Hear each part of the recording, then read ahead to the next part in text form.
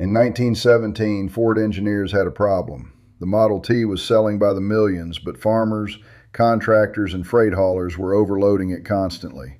The frame rails cracked, the rear axles bent, the suspension collapsed under loads the car was never designed for. So Ford did what Ford always did back then. They went into the shop and figured it out.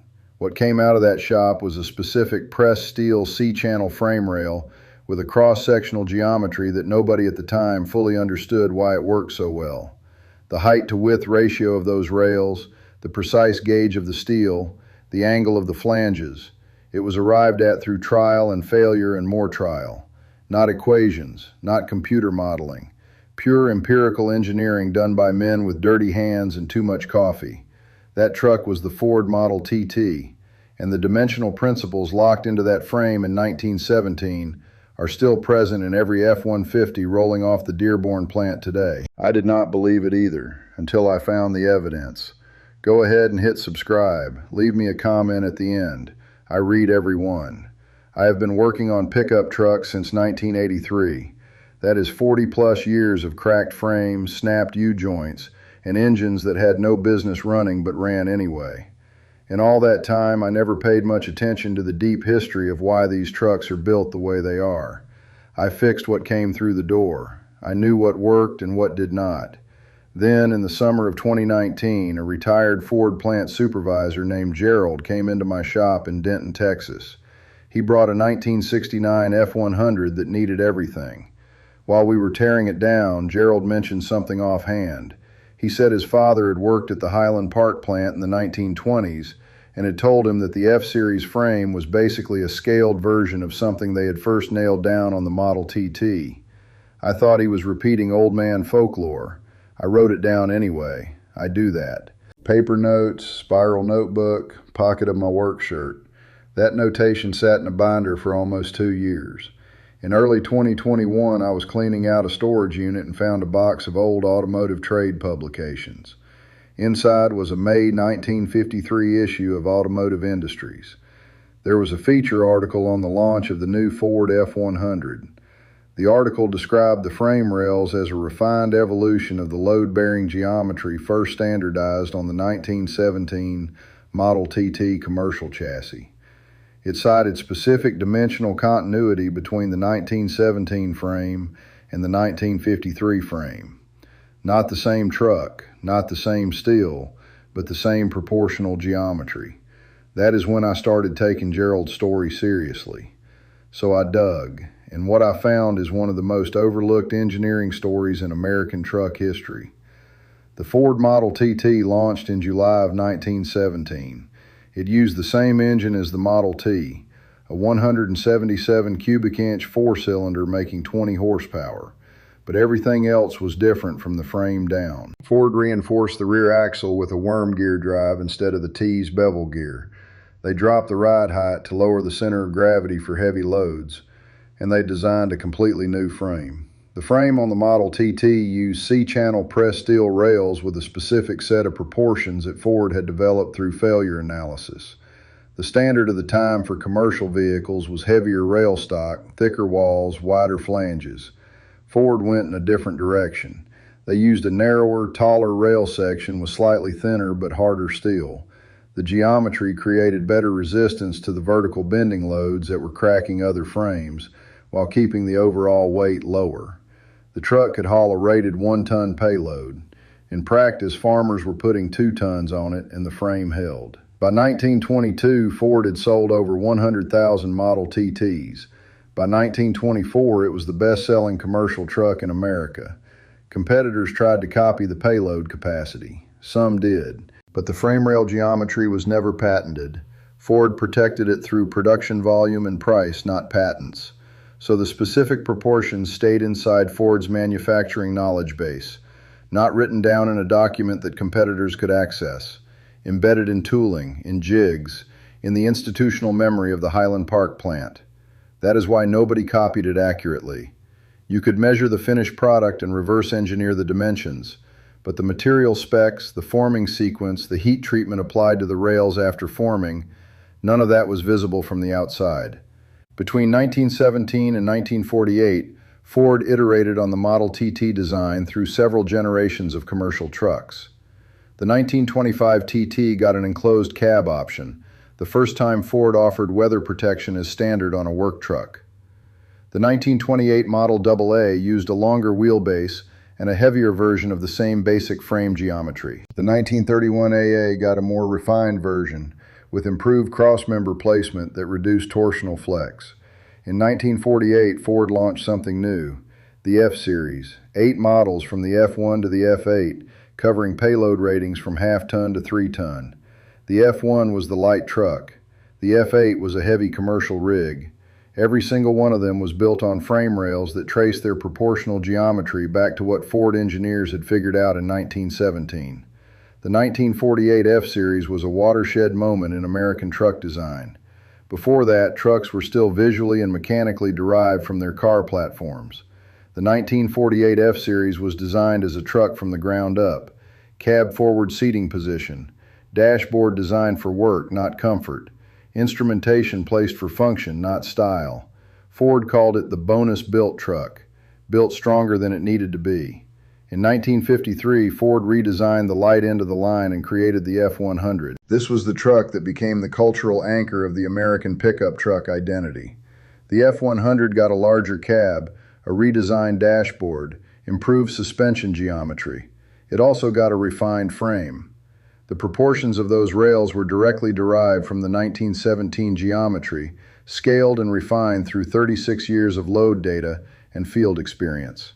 Ford engineers at the time had a phrase they used internally, load path continuity, the idea that the best frame geometry for load transfer had been identified, and every iteration was an improvement on that geometry, not a departure from it. The F-150 ran through 1983 with continuous evolution. In that time, it became the most recognizable pickup truck in America. The flathead V8 in the early models, the FE big block options in the 1960s, the 385 series 370 cubic inch in the early 1970s. Then came 1975, and something strange. Ford created the F-150 in 1975 as what looked like a minor trim level between the F-150 and the F-250. But it was not a trim level. It was a regulatory move so smart that I only fully understood it when someone in the industry explained it to me directly. Here is what happened.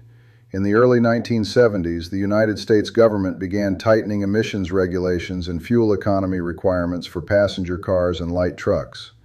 The threshold for what counted as a light truck versus a medium-duty commercial truck was based on gross vehicle weight rating, GVWR. The F-150 had a GVWR that was approaching the threshold. If it crossed that threshold, it would face different regulatory treatment, stricter standards, more compliance costs. The F-150 was created with a GVWR that sat just below the medium-duty threshold. It was rated for a slightly higher payload than the F-150, but structured so it stayed in the light truck category. This was not accidental. Ford lobbied for specific GVWR thresholds to be written into the regulatory framework and then built a product that fit precisely inside those thresholds. The F-150 was engineered to be maximally capable within a specific regulatory box that Ford had helped define. The F-150 was discontinued after 1983. The F-150 absorbed its market entirely. By that point, the F-150 was already the best-selling truck in America. Ford had phased out the F-150 gradually, pushing buyers toward the F-150 from 1975 onward. It was a clean generational transition with almost no customer loss. But here is the number that you need to sit with for a moment.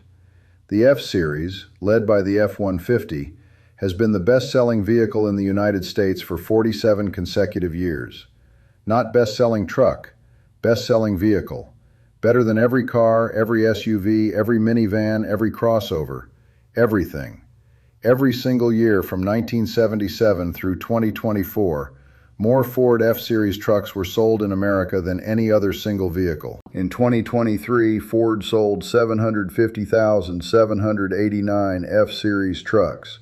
The second best-selling vehicle in America that year was the Chevrolet Silverado at 492,117.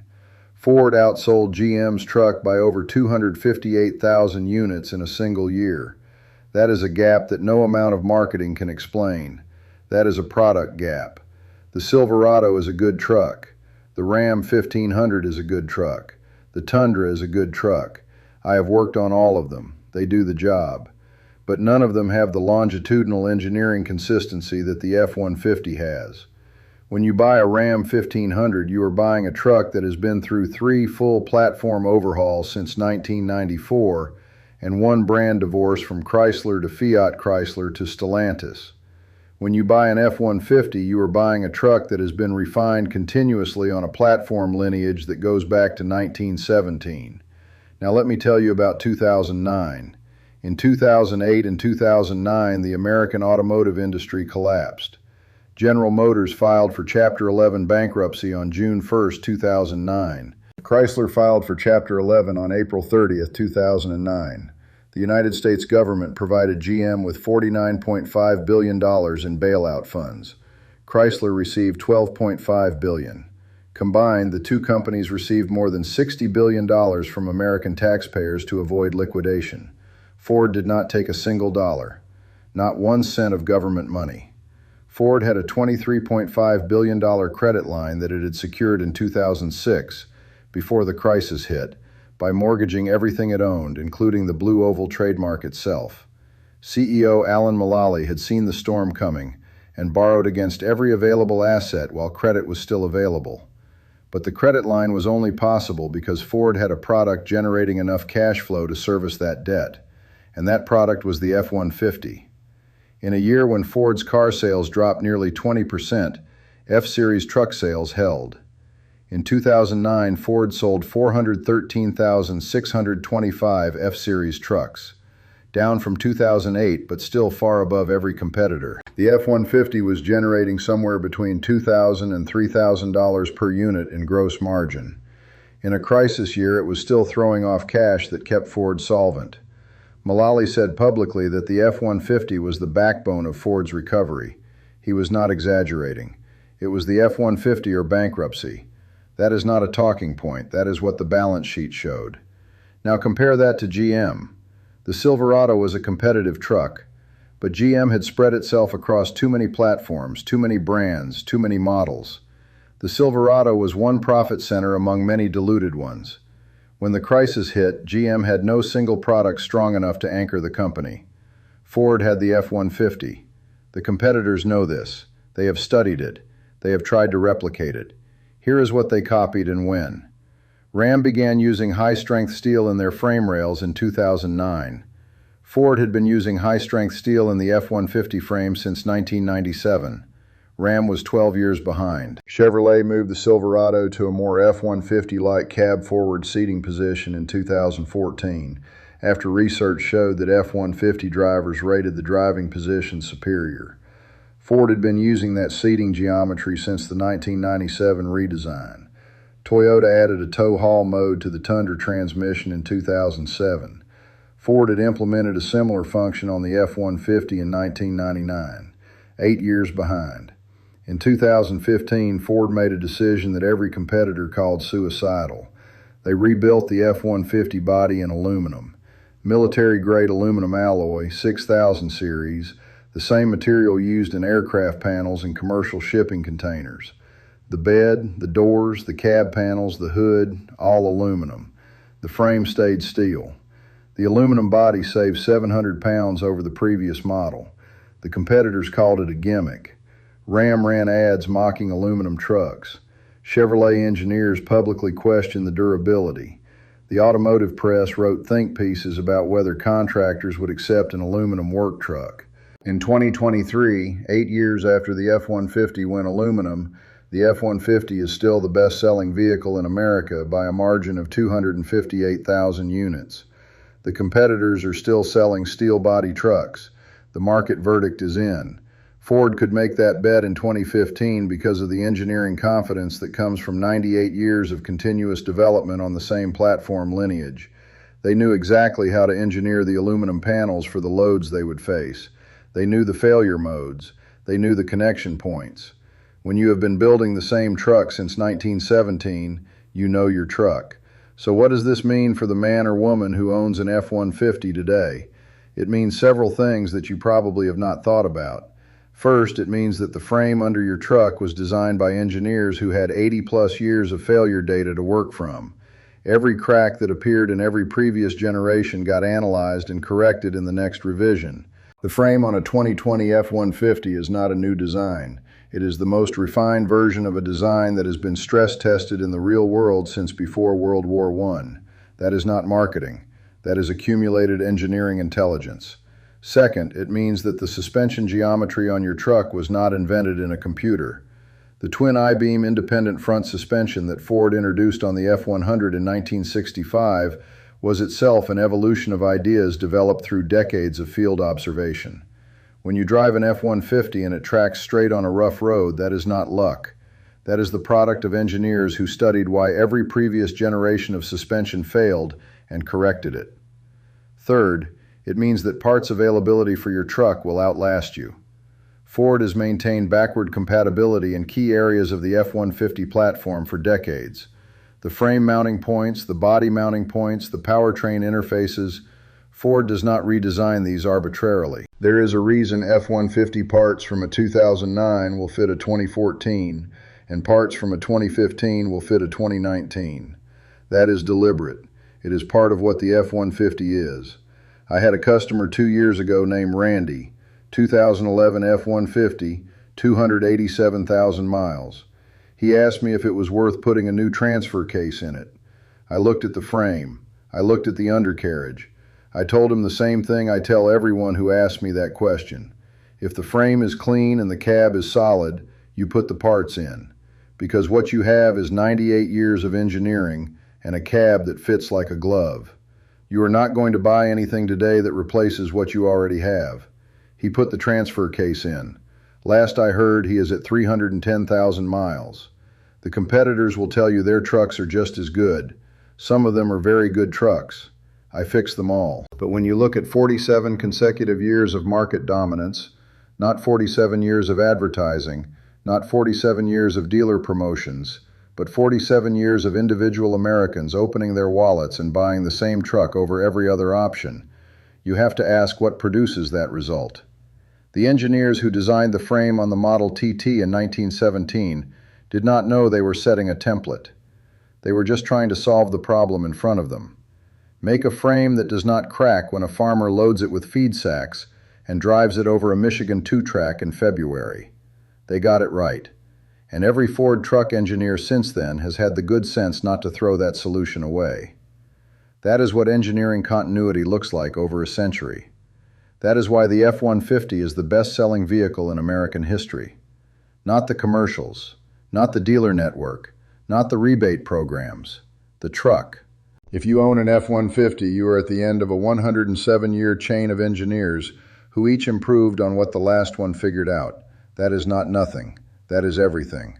Leave me a comment below. Tell me what year F-150 you're running and how many miles you have on it.